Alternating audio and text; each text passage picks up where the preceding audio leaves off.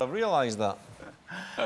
Well, the first ever African World Cup is drawing to a close. It's been colourful, vibrant, noisy and hugely successful and will be remembered in these parts for years to come. That's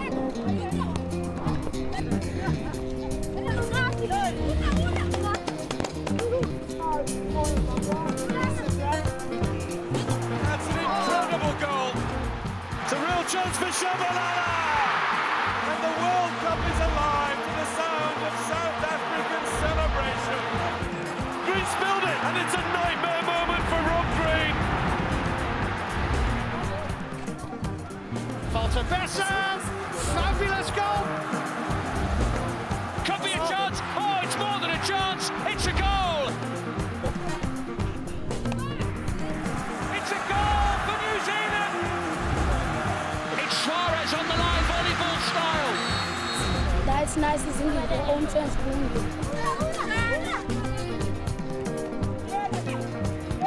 Sani Keita sent off for Nigeria. Donovan will take the USA into the last 16. And Switzerland have scored. How about this for a shot?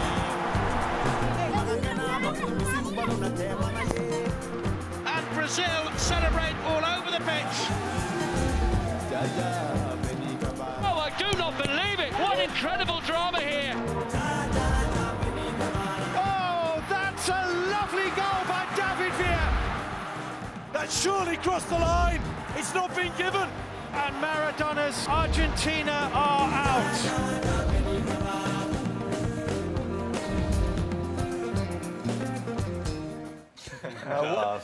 Wonderful images there. Again, I suppose the power of football. Well, I know we've said it before, but they're exactly like that. They love their football. I went into the townships. That's all. They just want to play football. And you've seen the kid in there with his one shoe on running around on that pitch. Just magnificent. All you need is a ball.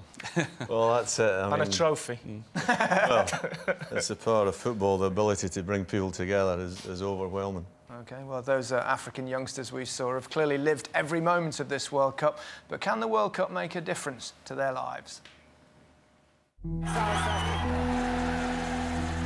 At the starting point, many people had misgivings, doubt, but I think they are all believers now. I think South Africans have proved that Africa can host any of the tournaments. This tournament really, it's incredible. And seeing the cultures together, seeing tribes together, people together. It's in the same class as when Nelson Mandela was released in 1990. Once there is no football to discuss, all people want to talk about is legacy. But legacy can mean different things to different people. What this World Cup did for us is prove to the world that South Africa is not this crazy, violence-driven country where people are getting shot on every street corner. Yes, there's houses to be built. Yes, we've got all these poverty issues. But you have to invest. And for me, this World Cup is an investment. Fans who follow their team slept in big hotels, not in Vicky's B&B. Will the World Cup stay with her?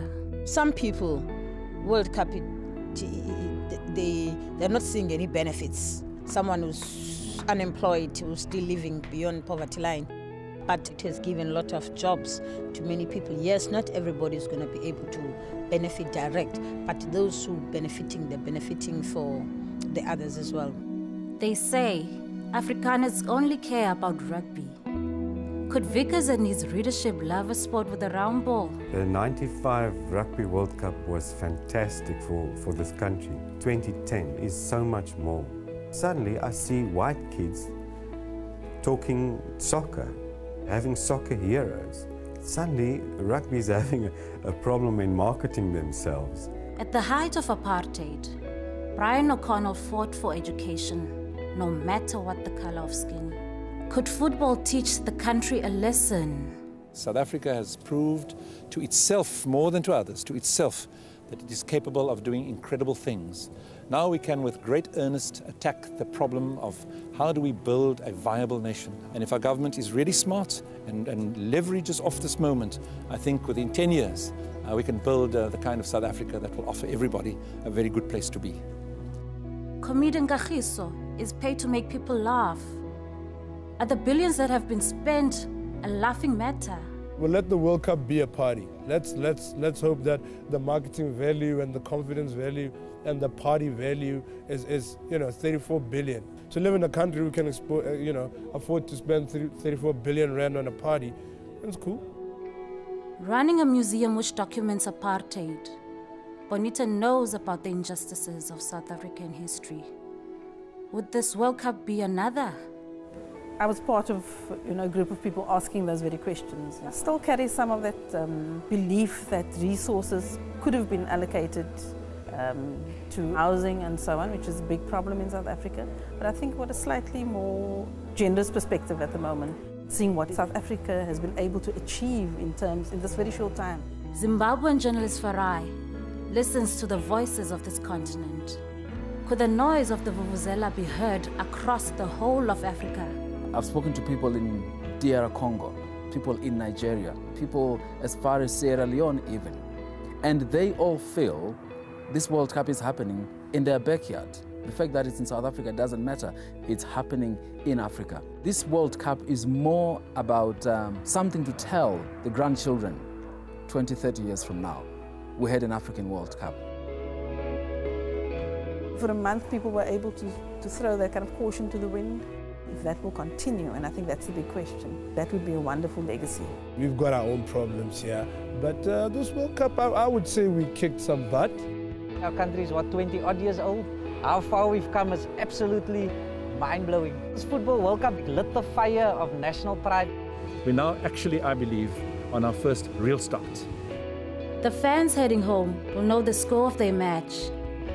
For the people of the host nation, the final result of the tournament may be many years away.